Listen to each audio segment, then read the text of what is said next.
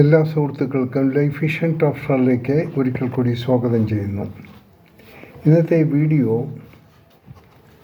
പുറം രാജ്യങ്ങളിൽ പഠിക്കാൻ പോകുന്ന സ്റ്റുഡൻസ് അറിയേണ്ട ചില വസ്തുതകളാണ്.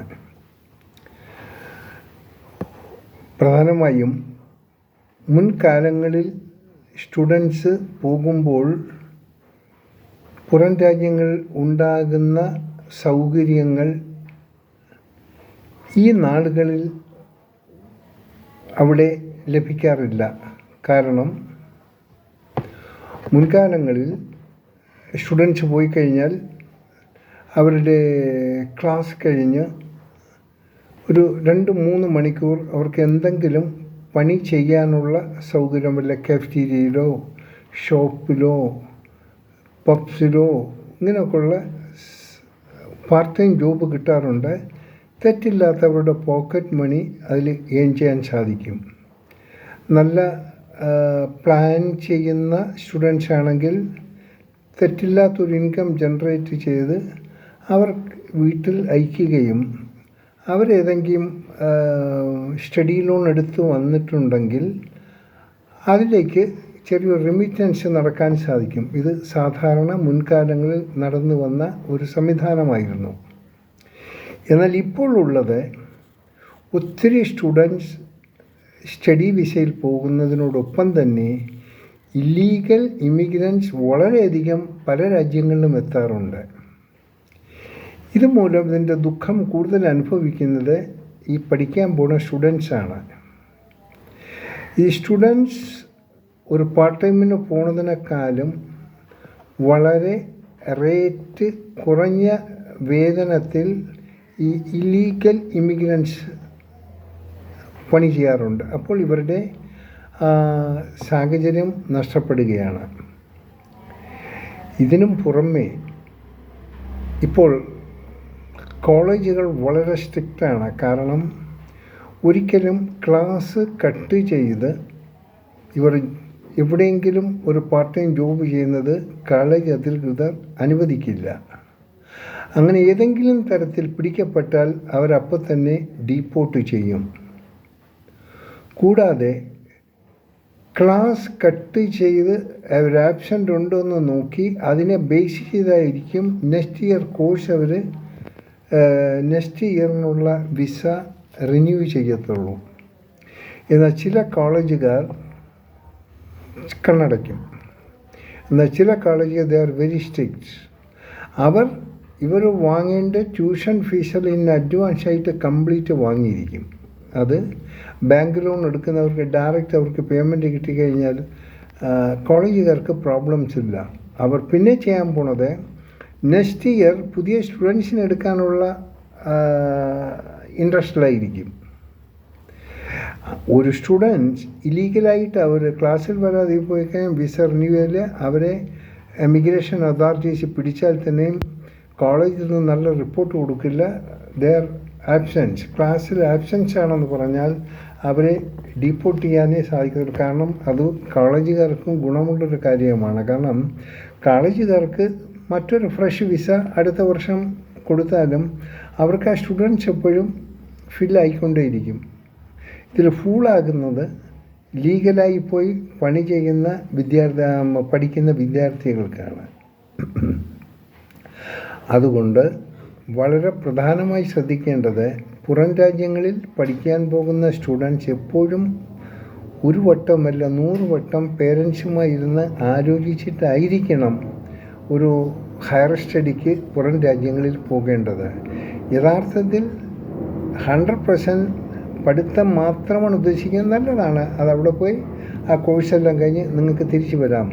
ചില സ്കൂളുകൾ ഒരു വർഷമോ 2 വർഷമോ എന്തെങ്കിലും ഇൻറ്റേൺഷിപ്പ് പീരീഡ് കൊടുക്കാറുണ്ട്. ആ സമയത്ത് എന്തെങ്കിലുമൊക്കെ നിങ്ങൾക്ക് ജോലികൾ ചെയ്താൽ എന്തെങ്കിലും ചെറിയൊരു ഏണിങ്സ് എടുക്കാൻ പറ്റും. പക്ഷേ എങ്കിൽ തന്നെയും നിങ്ങൾ ചിലവാക്കുന്ന ആ ഹ്യൂജ് ഫുൾ എമൗണ്ട് റിട്ടേൺ ലഭിക്കുന്ന കാര്യം ബുദ്ധിമുട്ടുണ്ട്. എന്നാൽ മുൻകാലങ്ങളിൽ ഇത് അനായാസം അതിനൊക്കെ സാധിക്കുമായിരുന്നു. കാരണം ഇത്ര കണ്ട് സ്റ്റുഡൻസിൻ്റെ ബോഡിക്കാൾ തള്ളലുണ്ടാകില്ല. പക്ഷെ ഇപ്പോൾ റഷാണ്.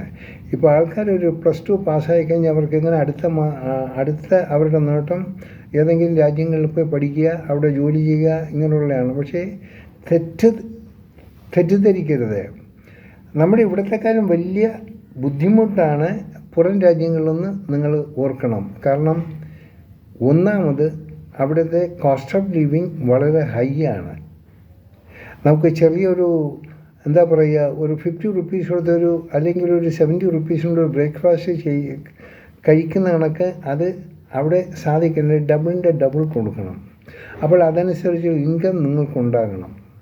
സോ നിങ്ങൾ പ്രധാനമായും ശ്രദ്ധിക്കേണ്ടത്, ഈ ഏജൻറ്റന്മാർ നിങ്ങളെ കഴിവതും അവർ മിസ്ഗൈഡ് ചെയ്ത് നിങ്ങളെ എങ്ങനെയെങ്കിലും പറഞ്ഞേക്കാൻ നോക്കും. കാരണം they are getting benefit from the college. ഒരു സ്റ്റുഡൻസിനെ വെച്ചാൽ അവർക്ക് തെറ്റില്ലാത്ത ഒരു കുറച്ച് പെർസെൻറ്റേജ് അവർക്ക് കിട്ടുന്നുണ്ട്. പക്ഷേ അവർക്ക് കുഴപ്പമില്ല. അവർക്ക് റെഗുലറായിട്ട് സ്റ്റുഡൻസിനെ അയക്കണം. ആ സ്റ്റുഡൻസിനെ ഏതെങ്കിലും കോളേജിൽ ഇടാൻ വേണ്ടി നല്ല രീതിയിൽ നല്ല ഓടിക്കൾ നിങ്ങളെ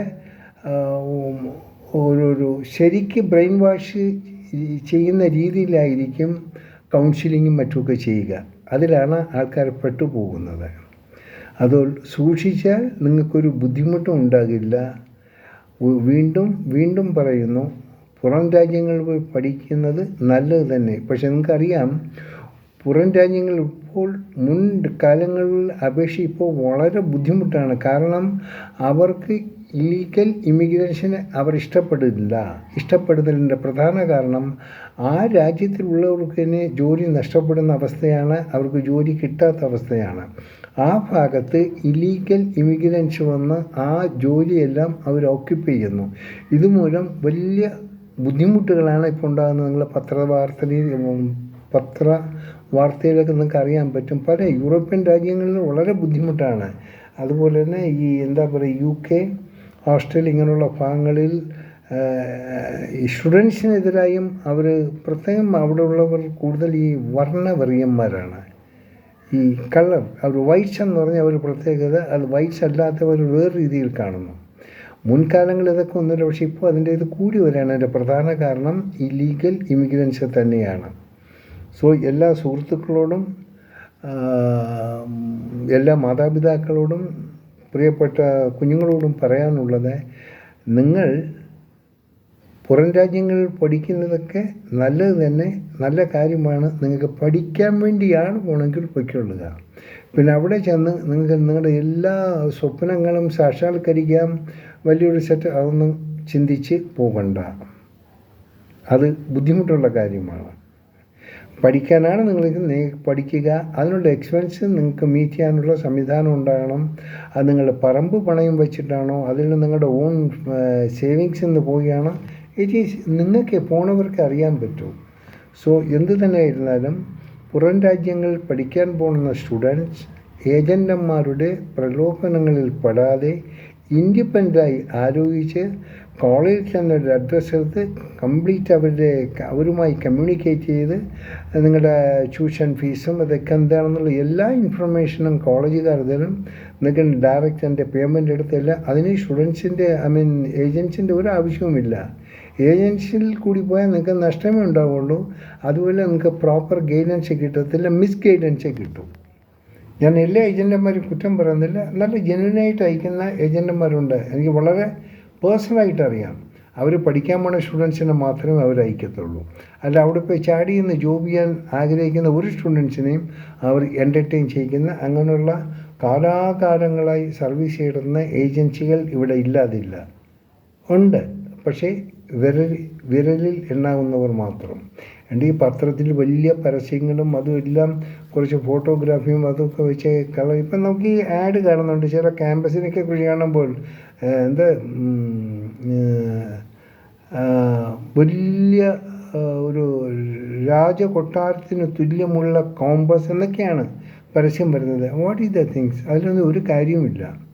ഏതിന് തുല്യമായിരുന്നെന്താ? നമുക്ക് പഠിക്കാൻ പോകണം, പഠിക്കാൻ ആഗ്രഹിക്കുന്ന പോവുക, നിങ്ങളുടെ പഠിത്തം കഴിയുക, എന്തെങ്കിലും ഇൻറ്റേൺഷിപ്പ് കിട്ടണം, അത് കഴിയുക, നേരെ നാട്ടിലേക്ക് മാന്യമായി വരിക, നാട്ടിൽ പണിയുക. ദെൻ അതർവൈസ് നാട്ടിൽ നിന്ന് ദെൻ യു റീതിങ്ക് എന്താണ് ചെയ്യേണ്ടതെന്ന് നിങ്ങൾക്കുള്ളൊരു എക്സ്പീരിയൻസും കിട്ടും. അതായിരിക്കും നല്ലത്. ഈ വീഡിയോ ഇഷ്ടപ്പെട്ടാൽ സുഹൃത്തുക്കൾക്ക് ഒന്ന് ഷെയർ ചെയ്ത് കൊടുക്കുക. പറ്റിയാൽ സബ്സ്ക്രൈബും ചെയ്യുക. കാണാം വീണ്ടും മറ്റൊരു വീഡിയോയിലൂടെ. ഞാൻ GK തുമ്പക്കാരൻ. Thank you.